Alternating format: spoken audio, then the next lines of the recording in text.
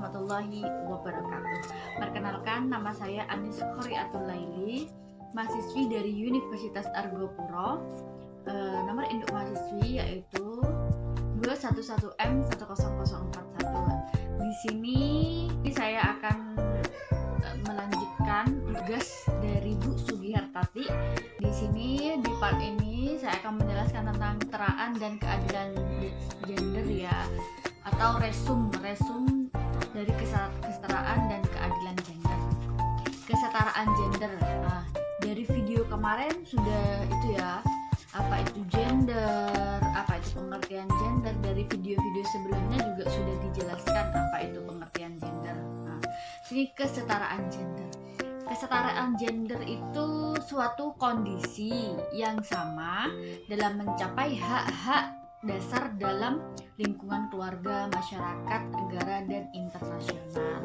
Sedangkan keadilan gender adalah suatu proses yang seimbang dalam memperoleh akses atau kesempatan, partisipasi, kontrol, dan manfaat pembangunan kegiatan atau merupakan suatu proses menuju terciptanya rasa adil terhadap perempuan dan laki-laki.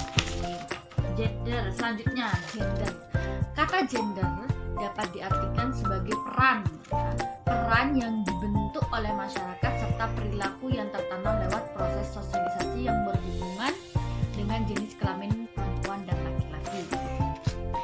Ada perbedaan secara biologis antara perempuan dan laki-laki, namun kebudayaan menafsirkan perbedaan biologis ini menjadi seperangkat tuntutan sosial tentang kepantasan dalam berperilaku, dan pada gilirannya hak-hak sumber daya dan kuasa. Kendati tuntutan ini bervariasi di setiap masyarakat, tapi terdapat beberapa kemiripan yang colok.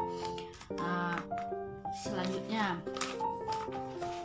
kesetaraan gender. Tadi ya yang di awal kita udah tadi apa, kesetaraan gender adalah suatu kondisi yang sama dalam mencapai hak-hak dasar dalam lingkup keluarga, masyarakat, atau internasional. Adapun arti lain dari kesetaraan ini adalah pandangan ya.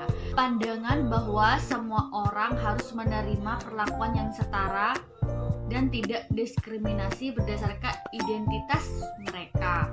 Selanjutnya, tujuan kesetaraan gender. Apa sih tujuannya? Yaitu agar tiap orang memperoleh perlakuan yang sama dan adil dalam masyarakat, tidak hanya dalam bidang politik, di tempat kerja, atau bidang yang terkait dengan kebijakan tertentu. Misalkan gini ya, sebagai perempuan, biasanya perempuan itu dianggap lemah kan, dianggap lemah biasanya di suatu masyarakat, dianggap lemah, dianggap paling bawah daripada laki-laki.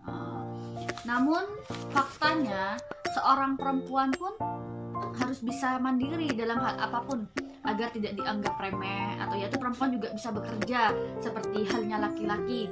Tapi dalam hubungan suami istri, perempuan boleh berkarya dan bekerja, namun sebagai istri harus tetap menghormati kepada laki-laki dan tidak boleh sombong kalau misalkan udah bekerja. Kalau misalkan gini, kalau misalkan istri pekerjaannya atau gajinya lebih tinggi dari suami, kalau misalkan dalam rumah tangga ya, kalau misalkan gajinya lebih gede, terus jabatannya lebih tinggi daripada laki-laki, kita sebagai istri harus tetap menghormati suami, tidak boleh sombong, tidak boleh semena-mena mentang-mentang jabatannya lebih tinggi,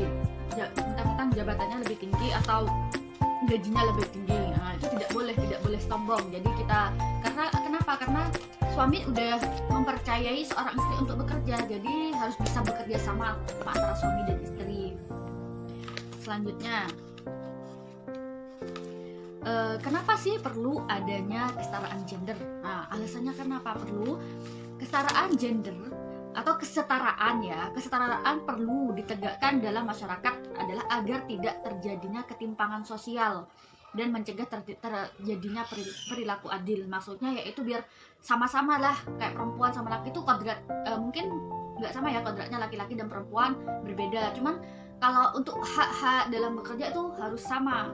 Kita sebagai laki nggak ada wanita itu lemah, nggak ada, itu setara biar tidak ada ketimpangan sosial.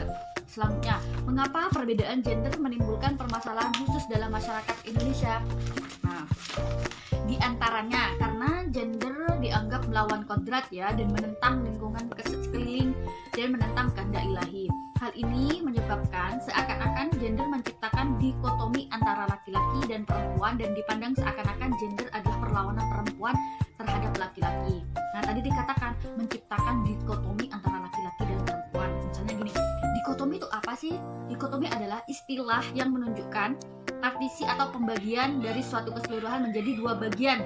Dengan kata lain, beberapa dari bagian-bagian ini harus saling bebas ya. Setiap anggota harus termasuk dalam salah satu dari kedua bagian saling lepas.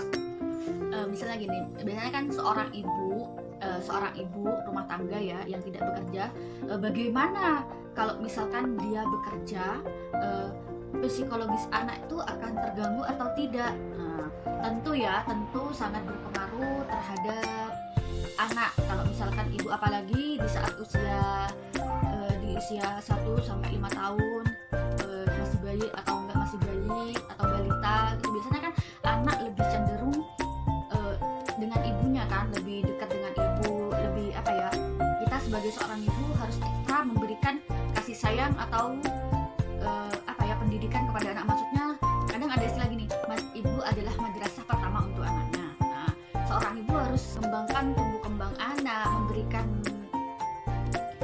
pendidikan sejak dini, belajar tentang motorik halus, motorik kasar ya, masih tentang pertumbuhan kembang anak. Nah, bagaimana kalau misalnya kita seorang ibu bekerja? Nah, pasti sangat berpengaruh banget ya sama psikologis anaknya. Bagaimana ya solusinya? Yaitu kita harus antara suami istri harus saling bekerja sama dalam merawat tumbuh kembang anak atau mendidik tumbuh kembang anak. Itulah pembahasan tentang kesetaraan dan keadilan gender.